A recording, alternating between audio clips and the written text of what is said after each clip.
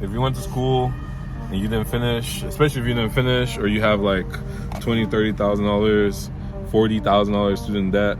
For example, I know this one young lady, what she hopes to earn is like $30,000. She's in debt for $20K. So that's gonna really help her out, cool, but your cap or what you projected to make was $30,000. So you should have gone into school knowing, hey, I can't afford to do that. How would she know if we did not have teachers who, are financially literate enough to teach it? And how can a teacher be financially literate enough if the teacher is also poor? It kind of goes hand in hand. And then one more thing I actually want to go into, because I thought about this the other day, is, and this is going to be hard for me to convey, but I think the worst part about being poor, the absolute worst part about being poor or not having any money, is not having the privilege to waste money. Yeah, you see the rich guys or whatever, they're multi whatever, and maybe they're just driving a Honda, but at the same time, they choose to drive a Honda. When you're poor, when you don't have a lot of money, and I'm not saying Honda's bad, I'm sure Honda has, obviously they have really, I'm talking about the $10,000 Hondas. If you see a guy who has $1 million house, whatever, and he's driving a Honda Accord or something like that, he chose to drive that. For those who don't choose to drive it, right? Who can't choose to drive it, who have to choose to drive it, who they bought it for $8,000, they drive it off the lot, that thing costs $4,000. Yeah, that box is the hardest thing. Because even though as you try to, they'll do two things. One, you may never want to make money because you're stuck at a Honda. And so you have a Honda mentality, a lower end car mentality. And you can either choose to give up or choose to get more. And unfortunately, sometimes when you try to get more, people are going to come and get in your way and tell you that foolish things like, I'm going to say it, foolish things like money is not everything, don't be materialistic, da, da, da. No, money is not everything, but definitely don't say it that way. So the worst part about being poor is that you don't have the opportunity to waste money. If you were given $1 million, right, what would you do? A lot of people say, I would invest. Invest in what? I'll wait. Investing is a risk. And when you really dive into what they're going to invest, like let's say you step away, look at all these lottery winners. Did they invest the $15 million jackpot that they made? No, they were broke a year later. They don't know. The only thing they invested in were the shoes and the whatnot. They invested in nothing. So invest in what? I'll wait. Exactly. If you have $100,000 or $20 and whatever, are you actually gonna invest it? But anyways, yeah.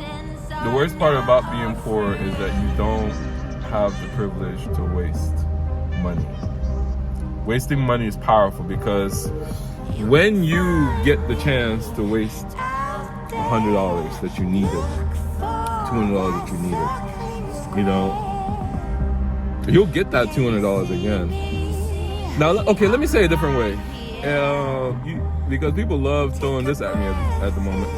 So, let's say, for example, you get out of a bad relationship or whatever, you get out of a relationship and you really want that person, right?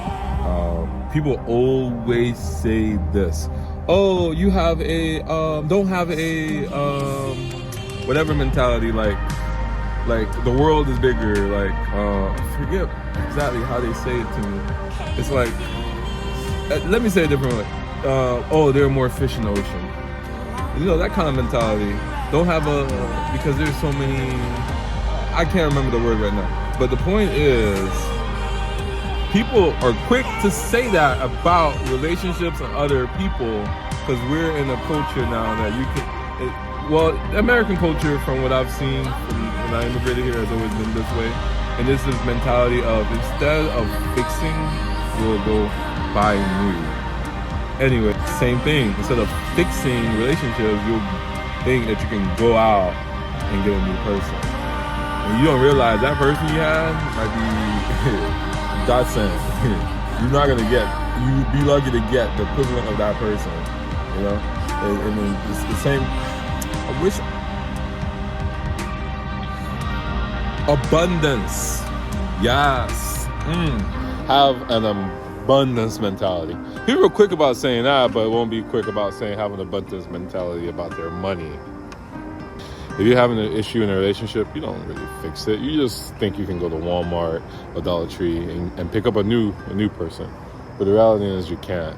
And just the same way, now I'm arguing, telling you, hey, have an abundance mentality when it comes to your money. I'm not saying be wasteful.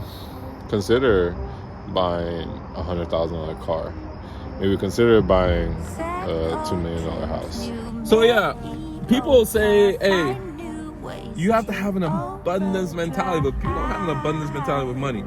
And unfortunately, that's because if you make $13,000, $14,000, $15,000, $20,000, $30,000, it's throwing $1,000 down the.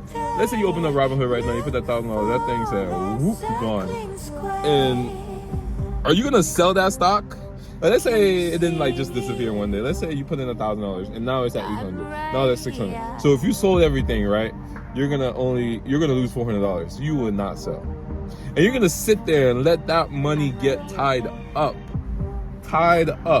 and you don't realize that if you sold that thing, lost your $400, put that $600 somewhere else, you get that money back probably by the end of the day, or maybe when the market opens up the next day. You know, you buy something real quick, boom, you get your $400 and then some. But you got that Honda Accord mentality, and there's nothing wrong about that. You know, it's just what it is.